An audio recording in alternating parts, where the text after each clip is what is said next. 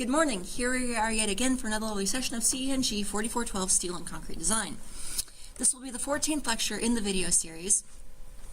And today we're finishing up a sort of a mixed grab bag of various topics of steel beam design. So the first one I want to talk about is composite section properties, or composite section action. So the method of composite sections. And this may be a bit of a review from mechanics materials or structural analysis or other courses. But what I want to talk about here, the reason I'm talking about this is that in this class the students have a major term project where they work on a large structural engineering design project where they have a certain building they must design. They'll calculate the loads, they'll calculate the beams, columns, connections, everything at a basic, maybe not basic level, but a level commensurate to a senior undergraduate, senior level undergraduate. Now, composite sections. So what are composite sections? When I talk about composite sections, what does this mean? The reason I want to talk about this is because several of the students or several of the groups in our class here have decided that they want to try using composite sections for their beam design. And this does have certain, like anything else, there's benefits and drawbacks. It can be a bit more labor intensive when actually building it, but it does result in a more efficient structure if done properly. So anyway, I thought I would just briefly introduce the idea here. Composite sections are a structural system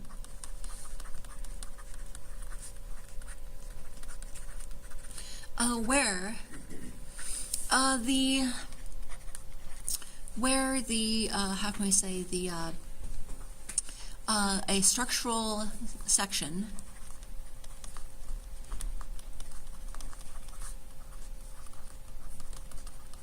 is fully engaged with a concrete floor slab. And we could probably come up with other definitions as well that would be a bit more rigorous, but in most cases this is what this means. Now I'm going to ignore the idea of decking. That makes things a little more complex, but I'm going to draw just a concrete floor slab sitting directly on top of a beam, although in reality you could probably have decking in there as well, but that would make things a little bit more complex. Okay, so when I say structural section, what I mean by that is a structural steel section. So in this context, a structural section or a structural shape, in this context that I'm referring, this means something like a W, an S shape, a C shape, a L, etc. Not a rebar, not just regular old rebar. But these are going to behave or be analyzed very similar to a reinforced concrete structure, because that's really what you're doing here. So when you have a reinforced, so normally, let's compare this. Let's compare normal design to composite design. Normal design to composite. And in both cases, you might have a beam supporting a floor slab. So let's say you had a beam here. I'll just draw a nice friendly W section. And then resting on top of this, you have some big floor slab.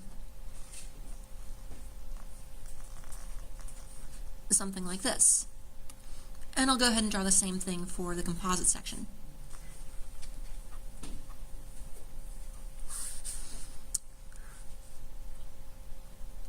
And the same thing here.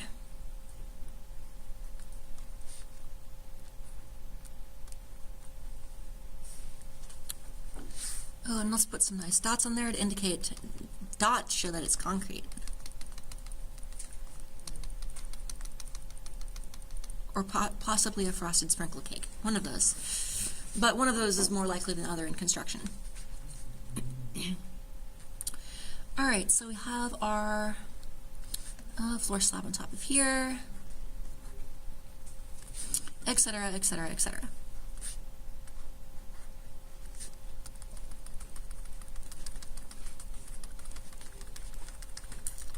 Now, so what is the fundamental difference between these? Well, I'm next going to draw the sort of stress diagram that would be present here.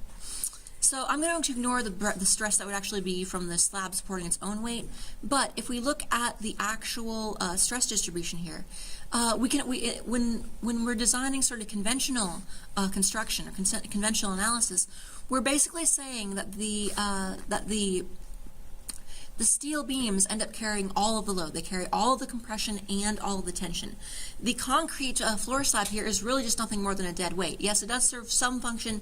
The only loads it's really carrying are to gather load and bring it to the next beam over. That's basically, if you might have another beam, 5 feet, 8 feet, 10 feet over here, and all the floor slab ever has to do is just carry the load that very short distance to the next beam. That's all that's the only thing that floor slab is designed to do. So in terms of major stresses, at least along this axis, the stress diagram would look something like this. So if you have your sigma here, your stress, I suppose you could also say your F here, but sigma. It would look something like this, where this would be maybe in compression, negative bending here, and tension down here.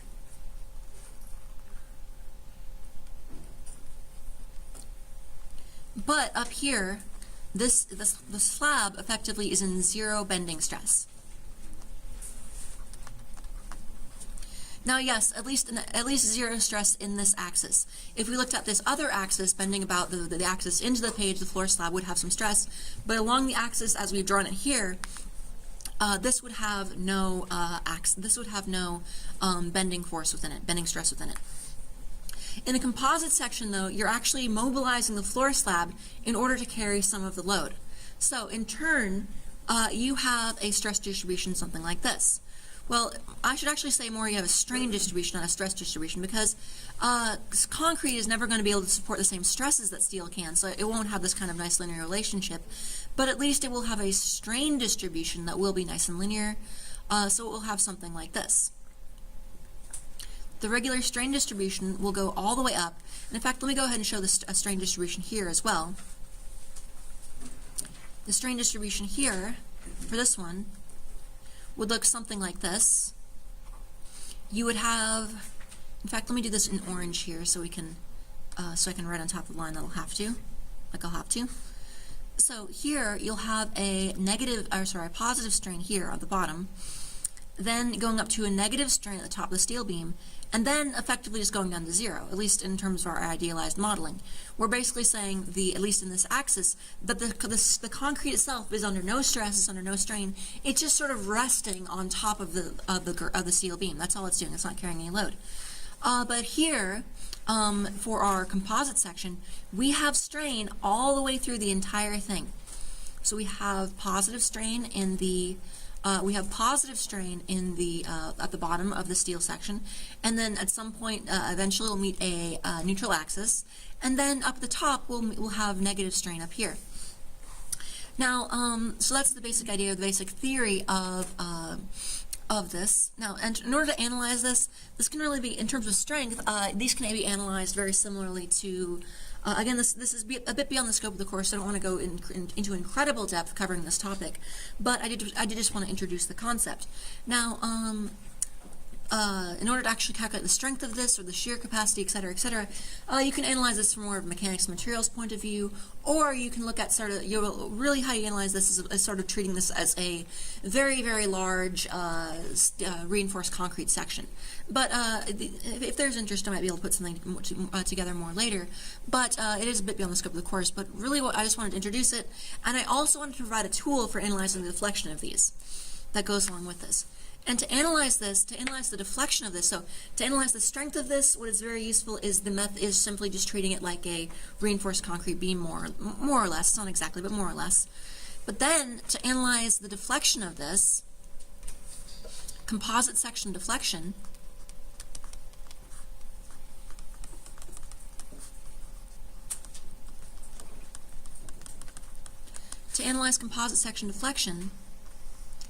a very useful thing to use is the method, well, of composite sections.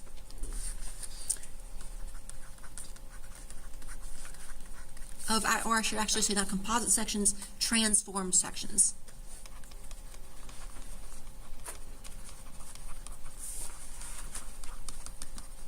The method of transformed sections. So, okay, for example, imagine, deflection is all based on the modulus of elasticity. So strength is based on yield or ultimate strength.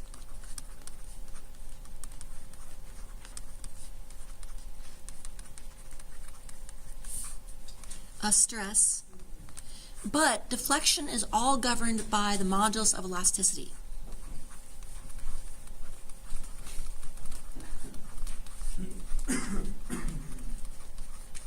By the modulus of elasticity.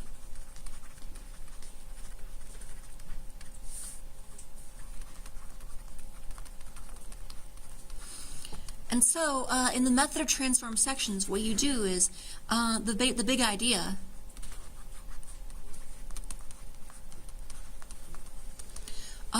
transform the section such that everything is made of the same material.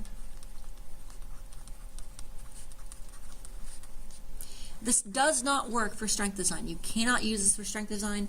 Materials have very different strain limits for ultimate stress, yield stress, etc. You absolutely cannot use this for strength design. If you do, you're going to kill somebody, so don't do that. You learn the most useful things in this class, like don't kill people.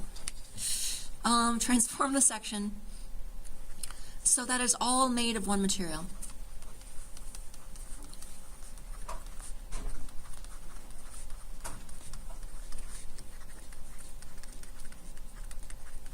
And typically, you transform everything to the element that has a more complex cross-section.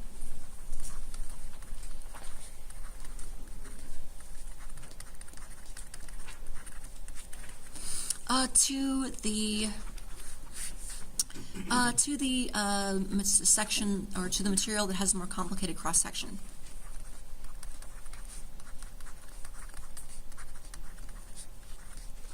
More complex cross-section.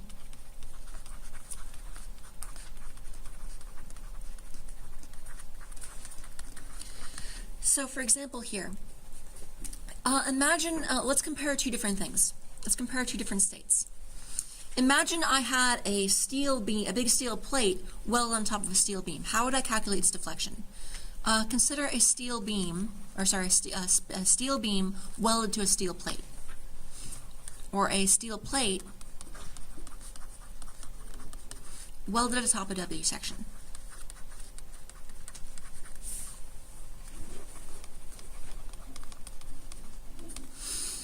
Oh, and something's bugging me. I want to come back and illustrate that. You know, I feel I should be obliged to draw little shear studs in here. But when you get into composite section design, you'll see that those shear studs are critical for really holding everything together and ensuring that you actually can get this composite action. You can't just, you of course can't just pour concrete right on top of a beam and expect it, a steel beam, and expect it to have composite action. You need to calculate that and ensure that that condition actually occurs. So consider a steel plate welded atop a W section. So now you don't typically see this in, you usually are not going to see this in, you know, most commercial or definitely not residential applications, but you do sometimes see this, especially in, for example, big industrial settings, maybe offshore oil type settings, offshore platforms, maybe large refineries, something like that, where you do actually sometimes see steel plate just used as a flooring system. That's although you tend to use more, even there you tend to use more grating than anything, but there may be cases where actually you do use steel plate as a flooring system, but only on very large, heavy industrial type things. But anyway, it's very useful for illustrating the basic concept here. So here, imagine I had a large steel plate here.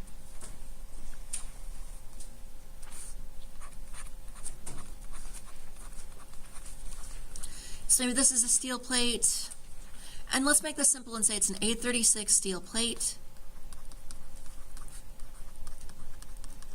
and an 836W section.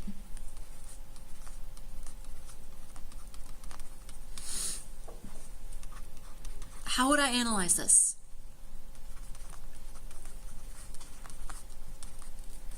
Well, this is actually a fairly straightforward mechanics of materials type problem. Basically, one, you'll want to make sure you'll get the moment of inertia of each of these.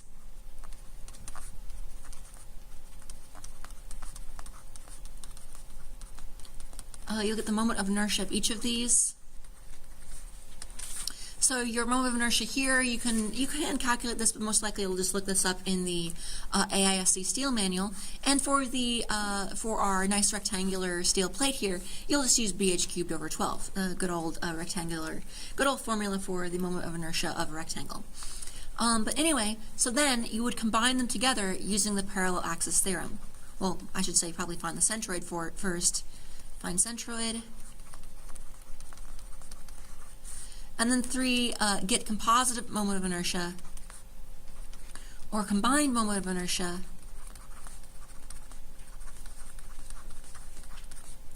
using the parallel axis theorem.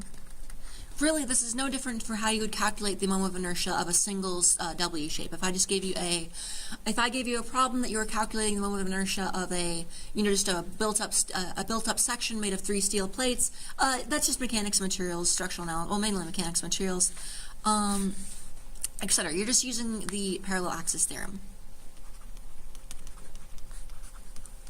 Now, this works because everything's made of the same material. So in this case, everything here is made of A36 steel, so you don't have a problem. Everything's made of the same material. All the material is going to behave the same way. For the same stress, it's going to deform the same amount. It's all going to behave exactly the same. Everything's going to remain, plane sections remain plane. Everything's nice and homogeneous. There's no weirdness going on. Everything is nice and friendly. But the moment you put another material, everything goes out the window. A monkey wrench gets thrown into the works. So, again, if we had a nice steel plate and an A36 and a W section made of the same material, this wouldn't be a problem. But what about the concrete section atop the steel beam? So for the concrete section,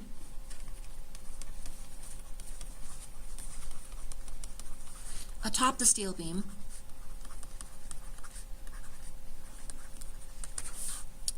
so you're going to have this here.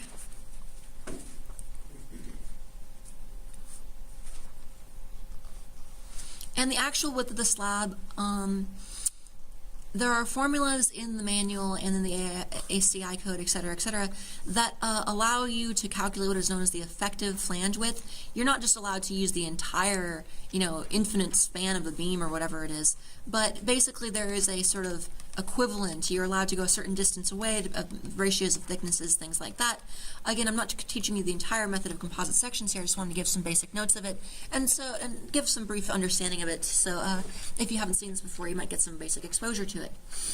But basically here, so you have a effective flange width here. But how do you combine together sections of 2 different materials? And we'll be using the same kind of method when we calculate deflection of concrete beams as well. How do you combine sections of 2 different materials, 2 very different materials?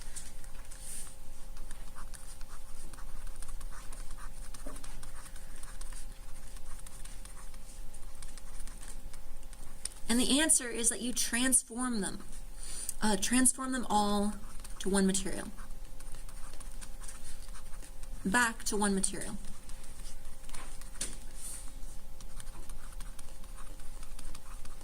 And basically the way you do this, at least if you have positive bending or if you have strong axis bending,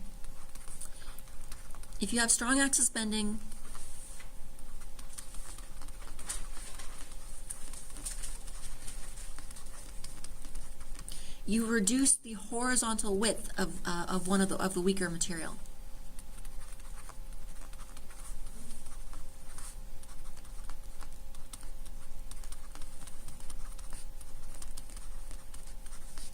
Of the weaker material.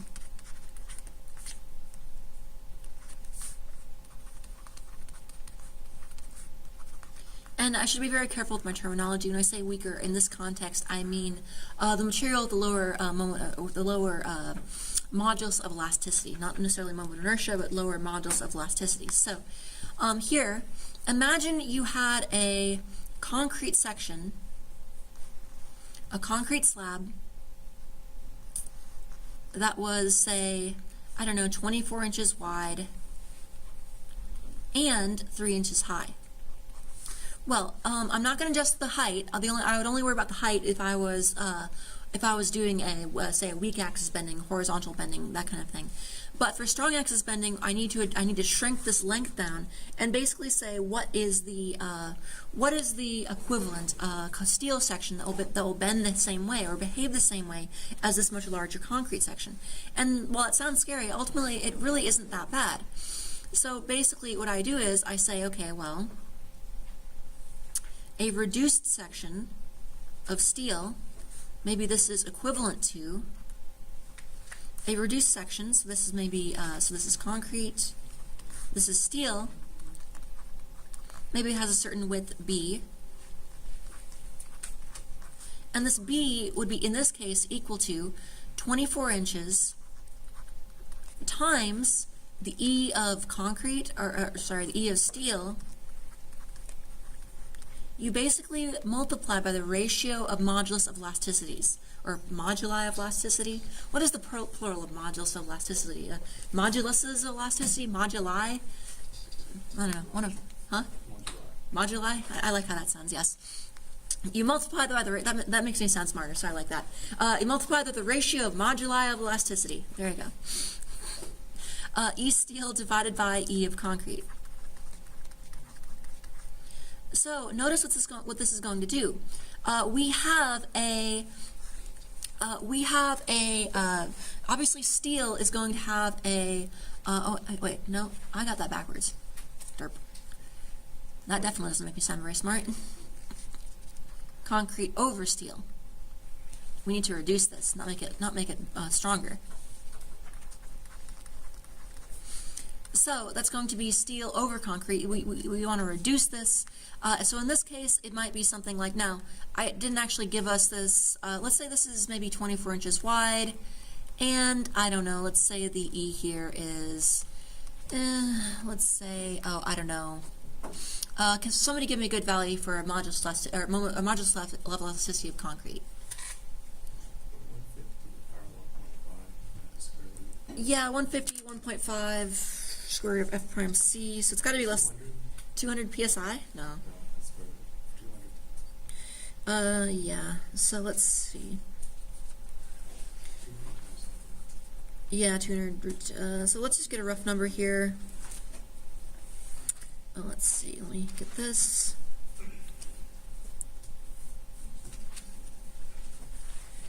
$300.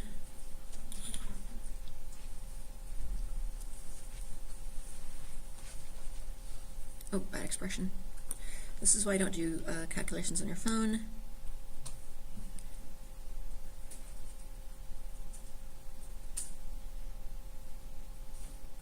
That's a bit high, but I don't know. Let's say we had, I don't know, 6,000 psi or something like that. That'd be probably too strong concrete, but anyway. So let's say we had, I don't know, let's say you had E equals 6,000 or something like that. Seems a bit high, but so maybe you do something like 6,000 divided by 29,000. And this would be then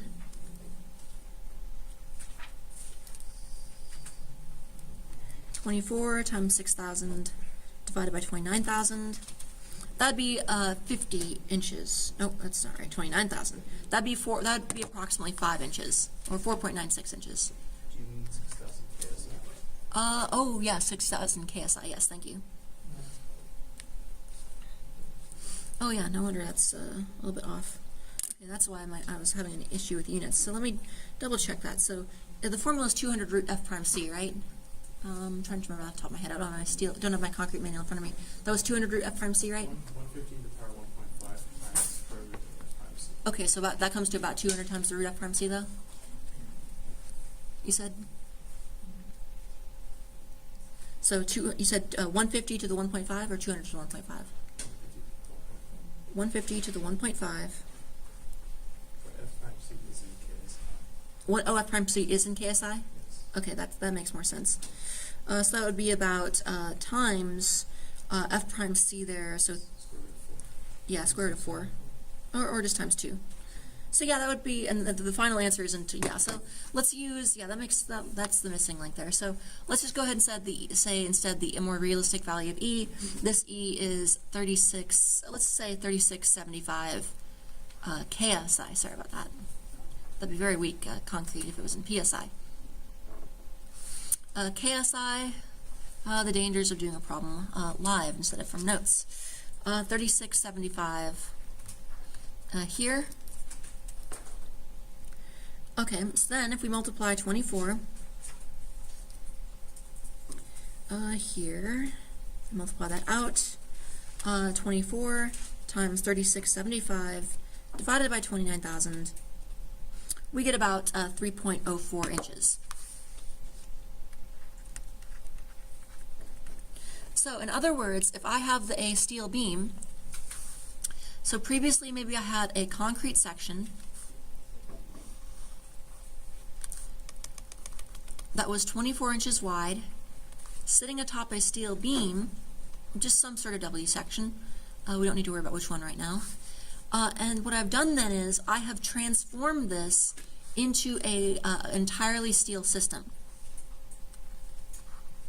So we have the same W section, but now I just have an itty bitty tiny a steel beam, or more just a steel, so that'd be almost like a billet or something, sitting on top of this thing, welded to it all the way along the way, that has a width of, I guess we said 3.04 inches.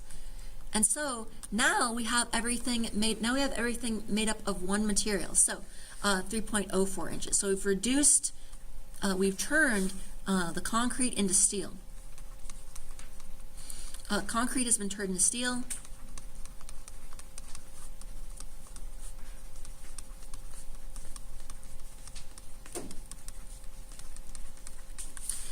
Then it's simply a matter of find combined moment of inertia.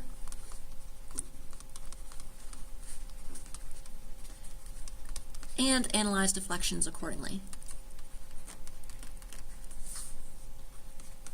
And analyze deflections accordingly.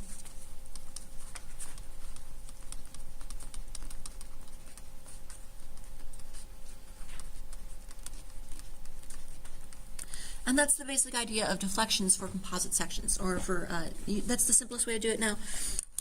There are obviously more caveats and things that you can that you'll learn about as you go along, but this is the basic idea here. Okay, any questions on this? Yes? What about using the lower bound plastic moment of inertia in AISC? Using the lower bound plastic moment of inertia, Is that for deflections? you may be able to, but perhaps. I really like, for at least for steel, for composite sections, I'm more inclined to use the transform sections, but there may be more advanced methods available. Okay? All right, and that'll do it for this part of the lecture, and I'll stop it here and start again, well, immediately, I guess, with part 2.